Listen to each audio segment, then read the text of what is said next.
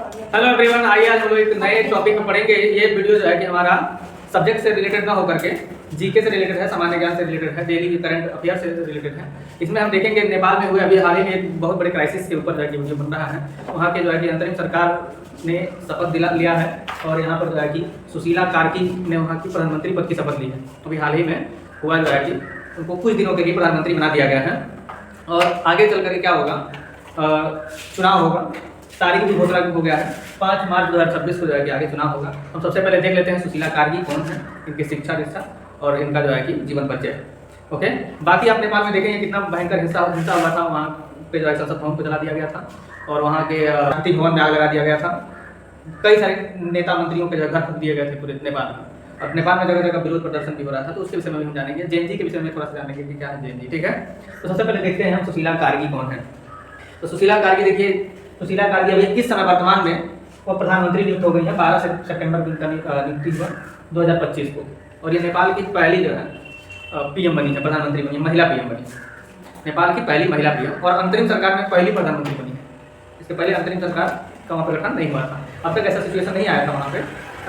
हालांकि अब देखेंगे तो अपने आस पड़ोस के जितने भी देश हैं, बांग्लादेश में भी ऐसा ही हुआ था, बहुत बड़ा हिंसा हुआ था। वहाँ पे जो पीएम शेख हसीना को भागना पड़ा था, भारत ने आगे शरण ली थी। इसी तरह से जो है कि कई ऐसे राष्ट्र हैं अपने आस पड़ोस में भी। श्रीलंका में भी बार ऐसा ही हुआ था, बहुत भयंकर जो है हिंसा हुआ था, वहाँ पर भी लोग घुस गए थे राष्ट्रपति भवन में। हाँ, तो ये सब जो है कि कारण क्या है, तो कारण तो बहुत है, विद्वान लोग बात बता रहे हैं। हाँ, बेरोजगारी है, भ्रष्टाचार है, हाँ, लोगों में कहीं ना कहीं जो है गुस्सा है, हाँ, सरकार के प्रति कि सरकार क्या है, लोगों के लिए काम ना करके स्वयं के लिए काम कर रहा है। हाँ, तो मैं ही जो है क्या हूँ, सर्वश्रेष्ठ हूँ।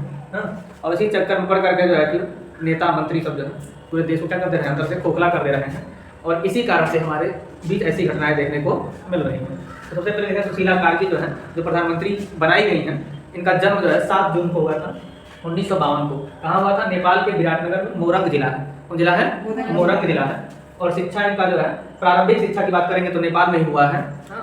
और बीए इन्होंने महेंद्र मोरंग कॉलेज 1972 में इन्होंने बीए किया है महेंद्र मोरंग कॉलेज से, जो एफिलिएटेड था त्रिभुवन विश्वविद्यालय से एफिलिएटेड है, जुड़ा हुआ है, संबद्ध है। तो कोई भी कॉलेज होता है किसी विश्वविद्यालय से जुड़ा होता है, तो यहाँ भी त्रिभुवन विश्वविद्यालय से जुड़ा हुआ कॉलेज है।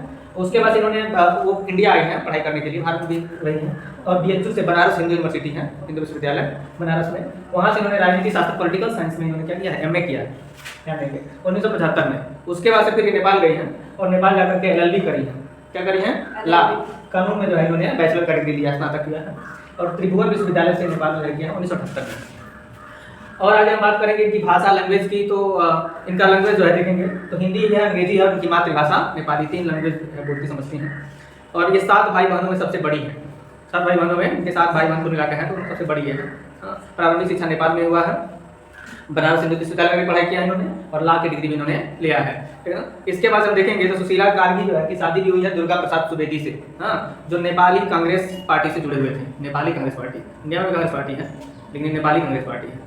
हाँ, और अब चलिए आपको बताना होगा कि कांग्रेस जो है ना, एक सदन का नाम भी है। कहाँ के सदन का नाम है कांग्रेस, आपको बताना होगा।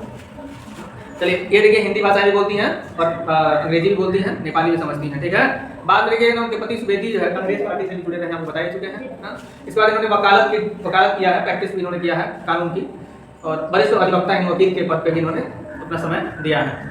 उसके बाद से यहाँ पे आपको लिखा हुआ देखिए, नेपाल की पहली महिला चीफ जस्टिस भी नियुक्त हुई हैं 11 जुलाई 2016 से लेकर के 6 जून 2017 तक। 6 जून 2017 तक नेपाल की chief justice of the supreme court, Nepal की सुप्रीम कोर्ट की चीफ जस्टिस रही है। मुख्य न्यायाधीश बोलते हैं, क्या बोलते हैं? मुख्य न्यायाधीश के पद पर इन्होंने कार्यरत कहा है। देखिए जैसे नेपाल की पहली महिला प्रधानमंत्री भी बनी है 12 सितंबर 2025 को। अब यहाँ पे बात एक और आता है, देखिए जेएनजी क्या है। जेएनजी जो इतना बड़ा विरोध प्रदर्शन किया था कि वहाँ का तख्ता पलट हो गया, सरकार वहाँ की बदल गई, कि जेएनजी है कौन। तो देखिए जेएनजी क्या एक पीढ़ी है, क्या है? एक पीढ़ी, एक जनरेशन है। और वो जनरेशन कैसा जनरेशन देखेंगे तो ये 1997 से लेकर 2012 के बीच में जन्मे जो लोग हैं, उनको इस पीढ़ी में रखा गया है, जिनका जन्म 1997 से 2012 के बीच में हुआ है। हाँ, तो जेएनजी कहा गया हम लोग। जनरेशन है, जेन मतलब जनरेशन है, हाँ, जेन जेड। इसके पहले जेन वाई था, अब जेन जेड हो गया, वाई के बाद जेड। तो अब देखिए इसमें क्या है कि ये पीढ़ी को ऐसा क्यों कहा गया है, क्योंकि इस पीढ़ी में आप देखेंगे तो इसको डिजिटल पीढ़ी भी कहा गया। क्या कहा गया है? डिजिटल पीढ़ी। ये ऐसा पीढ़ी है जिसमें बचपन से ही बच्चे क्या देख रहे हैं, इंटरनेट, स्मार्टफोन, सोशल मीडिया, हाँ, सोशल मीडिया में आप देखेंगे फेसबुक, इंस्टाग्राम, जो भी कह लीजिए, ट्विटर वगैरह, अब एक्स हो गया है ट्विटर, पहले ट्विटर था, एक्स हो गया है। हाँ, तो इस तरह की चीज़ें जो है कि आप देखेंगे सोशल मीडिया से पे एक्टिव भी लोग रहते हैं, जो भी घटनाएं होती हैं देखेंगे सोशल मीडिया पर डाल देते हैं, ठीक है। हम लोग भी सोशल मीडिया पे पढ़ भी रहे हैं, देखिए यूट्यूब पे, ठीक है। यूट्यूब भी क्या है, सोशल मीडिया है। तो इसका विरोध प्रदर्शन भी वहीं से शुरू हुआ था। 26 एप्लीकेशन को नेपाल सरकार ने क्या किया था, बंद कर दिया था, जिसके विरोध में वहाँ के लोगों ने क्या किया, धरना प्रदर्शन किया था और पैदल मार्च किया था, है।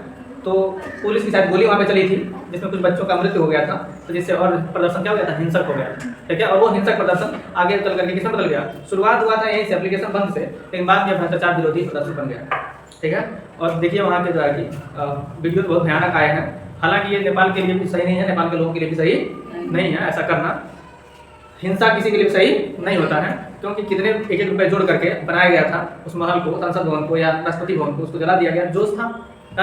हालांकि अब देखिए जब प्रधानमंत्री बनी है तो उन्होंने एक आयोग का भी गठन कर दिया है, हाँ, कि भ्रष्टाचार विरोधी आयोग, उसको भी करिए, जांच करिए कि भ्रष्टाचार में कौन कौन नेता सम्मिलित है। दूसरा नंबर इन्होंने ये भी किया है कि हिंसा में कितने लोग सम्मिलित थे, हाँ, उनका भी जांच का आयोग बन गया है, गठन हो गया है। तब देखिए वीडियो का जाके वो किया जाएगा, देखा जाएगा कि वो कौन लोग थे जो हिंसा के पक्षधर थे। हालांकि जेएनजी जो है इस बात से मना कर दिया कि जेएनजी कहा कि हम हिंसा के पक्ष में नहीं है, हम हिंसा नहीं चाहते हैं, क्योंकि अपनी संपत्ति को नुकसान पहुंचाना किसी देश के लोगों के लिए सही नहीं है, ठीक है।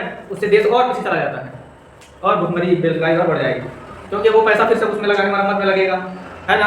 और जो लोग मर रहे हैं वो अलग जा रहा है, नुकसान हो रहा है। तो इस तरह से देखेंगे तो जेएनजी क्या है, नई सोच वाली जो है कि जनरेशन है, हाँ, करियर तक, नौकरी, नए तकनीकी टेक्नोलॉजी वाली दुनिया है, ठीक है। तो अभी हम जान लिए नई पीढ़ी, डिजिटल युग इसको कहते हैं, इसीलिए डिजिटल युग चल ही रहा है, चल रहा है ना आजकल, हर काम जो है देखिए मोबाइल से, एप्लीकेशन से, कंप्यूटर से हो रहा है ना, तो डिजिटल युग भी है। तो कुल मिला के हमने जाना कारगिल, सुशीला कारगिल जी के विषय में।